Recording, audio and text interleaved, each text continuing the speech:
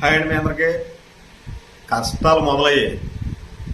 కష్టాలు కష్టాలు రేషన్ కష్టాలు.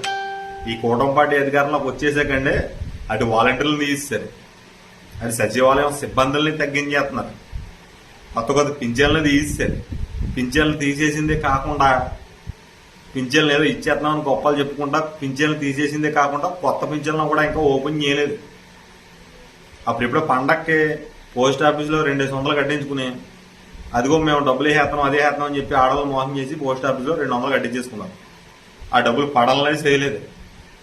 అదొక సంపద సృష్టిలో చంద్రబాబు నాయుడు కూటమి పార్టీ ఈ ప్రభుత్వంలో అదొక భాగం. ఇప్పుడు ఈ కూటమి పార్టీ అధికారంలోకి వచ్చాక సంవత్సరం అయిపోయాక ఈ జూన్ నెలలో ఈ 1వ తారీఖుని రేషన్ వేలలో కూడా కట్ అయిపోయింది. అందుకే అంటా ఉన్నానండి, కష్టాలు కష్టాలు. ఈ కూటమి పార్టీ అధికారంలోకి వచ్చాక రేషన్ కష్టాలు.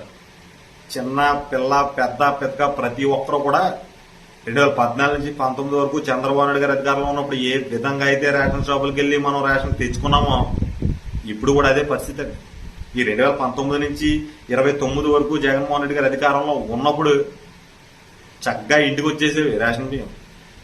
కుయ్యి కుయ్యి మనకుంటా సౌండ్ వేసుకుని రేషన్ మ్యాన్ వచ్చేస్తా ఉంటే ఇంటింటికి రేషన్ తీసుకునేవాడు. ఇప్పుడు దాన్ని తొలగించి మళ్ళీ పాత పద్ధతి తీసుకొచ్చేసింది ఈ కూటమి పార్టీ. ఎందుకు ఈ మాటలు చెప్తున్నానంటేనండి, జగన్మోహన్ రెడ్డి గారు చేసిన మంచి కార్యక్రమాలన్నీ ఈ కూటమి పార్టీ వాళ్ళు తీసేసి మళ్ళీ జన్మభూమి కమిటీలు తెచ్చే ఆలోచనలో ఈ కూటమి పార్టీ వాళ్ళు ఉన్నారండి. ఇప్పుడు మళ్ళీ కొత్తగా ఇంటింటికి తిరుగుతా ఇల్లు ఇచ్చేస్తారు అనుకుంటా మళ్ళీ ఒక పుకారు. ఇక్కడ పెళ్లి అవ్వలేని వాళ్ళు కూడా రాసేస్తున్నారు ఇల్లు కోసం.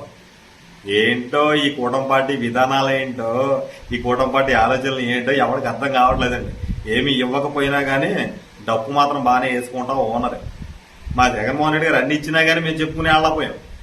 ఈ కూటమి పార్టీ వాళ్ళు ఏమి ఇవ్వకపోయినా కానీ ఇచ్చేసామన్నట్టుగా తెగ బిల్డప్లు ఇచ్చేస్తా ఓ ఉన్నారండి. మరి ఉంటానండి.